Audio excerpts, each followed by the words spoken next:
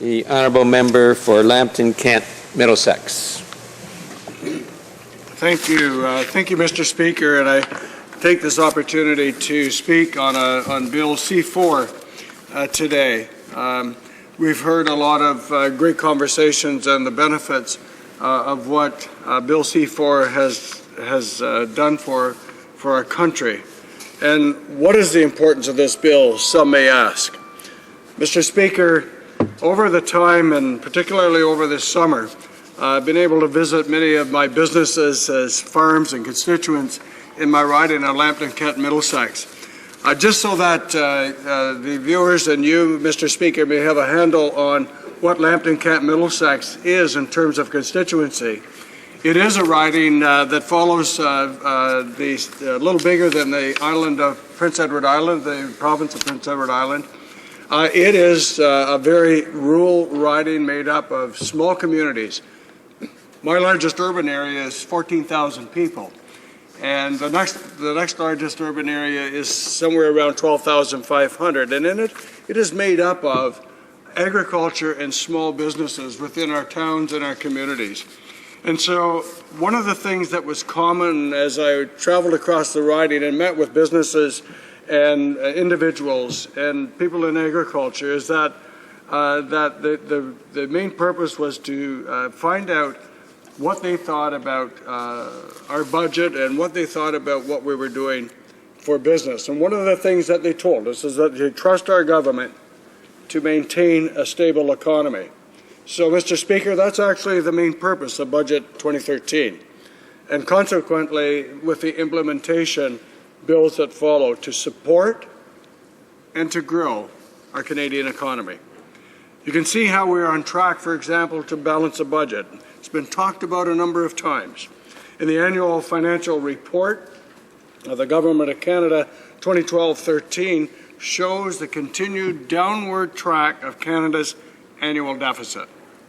2013, the deficit fell by $18.9 billion. The deficit was $26.3 billion in 2011-2012. The new number now, quite honestly, is more than one quarter, $7.14 billion, less than previously determined and down by nearly two-thirds from the $55.6 billion deficit recorded in 2009 and 2010. Mr. Speaker, these are big numbers, but I can tell you, big numbers or not, we remain committed to continuing this downward trend in our deficit. Mr. Speaker, you can also see the economic growth in the creation of jobs. We are leading in the G7 with more than 1 million. That's more than 1 million net new jobs have been being created, not by the government. The government prepares an environment in which businesses create those jobs. 90% of those are full-time, and over 80%, around 80% of those are in the private sector. So what does that actually mean? What does that actually mean to the businesses in my riding, and in fact, ridings across this great country of Canada? It means that we're creating sustainable growth, not just pumping money into a system that may get lost again if the global economy turns, but we're actually creating jobs for the long term. We're creating a stable economy. We want to stay focused.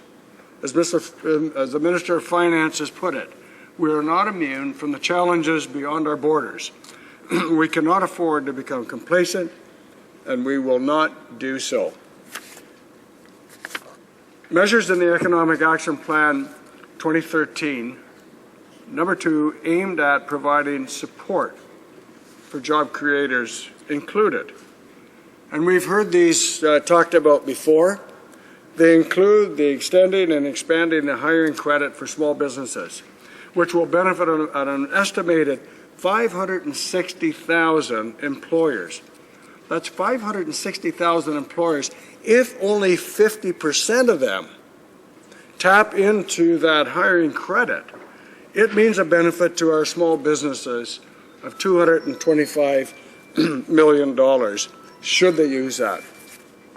Increasing and indexing the lifetime capital gains exemption to make investing in small businesses more rewarding. This is so important. Move from 500,000 to 750,000, but it is now indexed, Mr. Speaker, and that means that it is now indexed to keep up with the traffic that is in the economy. Expanding and accelerating capital cost allowances to further encourage investments in small businesses, whether it's clean energy or other businesses. So, Mr. Speaker, a proposal in Budget 2013, which many of the businesses in my riding are looking forward to seeing implemented, are the changes to the Employment Insurance Act. Freezing employment insurance premium, thank you very much. Freezing employment insurance premium rates for 3 years will leave about $660 million in the pockets of job creators and workers in 2014 alone. Sometimes we sort of wonder what these numbers mean, but I remember the day when we were talking about moving the GST from 7% to 6 to 5, in which, quite honestly, we're the only government that said we were going to do it that have actually done it. And I used to get comments, well, only if you buy a pair of jeans, it's only going to mean a few cents here, and it's going to mean a dollar or so here. Actually, in my riding, for every 1%, it left $18 million in the pockets of people in Lambton, Kent, Middlesex. So that 2% left in my rural riding of small towns and small businesses $36 million. So we never want to underestimate sometimes when we say that we're going to take these small steps, they seem small, but the great benefit that they mean to the people in our ridings. So going back to the employment insurances, we know that this money will put money back into the pockets of small businesses that are the cornerstone of many of our communities in rural areas. In turn, that means more money they can invest back in their business. It almost means job creation and economic prosperity for them. And then that rolls out, Mr. Speaker. So if it's good for them, it's good for the community, and it's good for, obviously, governments when they collect the taxes. Mr. Speaker, these are only a few of the examples of what we're doing to ensure that Canadians have available jobs for them and their children and the benefit to the Canadian economy. You can also see, quite honestly, our support for economic prosperity in the reduction of taxes. First of all, it's sort of twofold, in closing the tax loops and combating tax evasion. New administrative, we're going to introduce monetary penalties and criminal offenses to deter the use and the possession and sale and development of electronic suppression of sales software designed to falsify records for the purpose of tax evasion.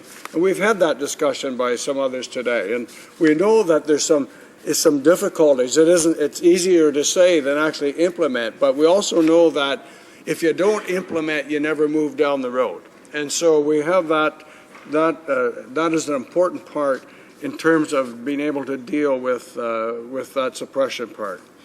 Closing tax loopholes in terms of to make sure that everyone pays the fair tax that they're supposed to. And then, on the other hand, and also the period during which Canada Revenue can reassess a taxpayer who fails to report income from foreign property, giving a longer term to make sure that when the examinations happen, that they're exact and they're accurate, and making sure that we make sure that those are carried out in a responsible way. Secondly, also, we want to always respect taxpayers' dollars, but we also want to give the benefit to some of our young people. And so that is moving the student loan program, the temporary foreign worker program by expanding the electronic service delivery. But Mr. Speaker, I want to talk about, in my short time left, CETA and the importance that that agreement has, not only in my riding of Lambton, Kent, Middlesex, because of the small businesses and agriculture, but for the economy. We know that it's going to create about a $12 billion annually and a 20% increase in bilateral trade.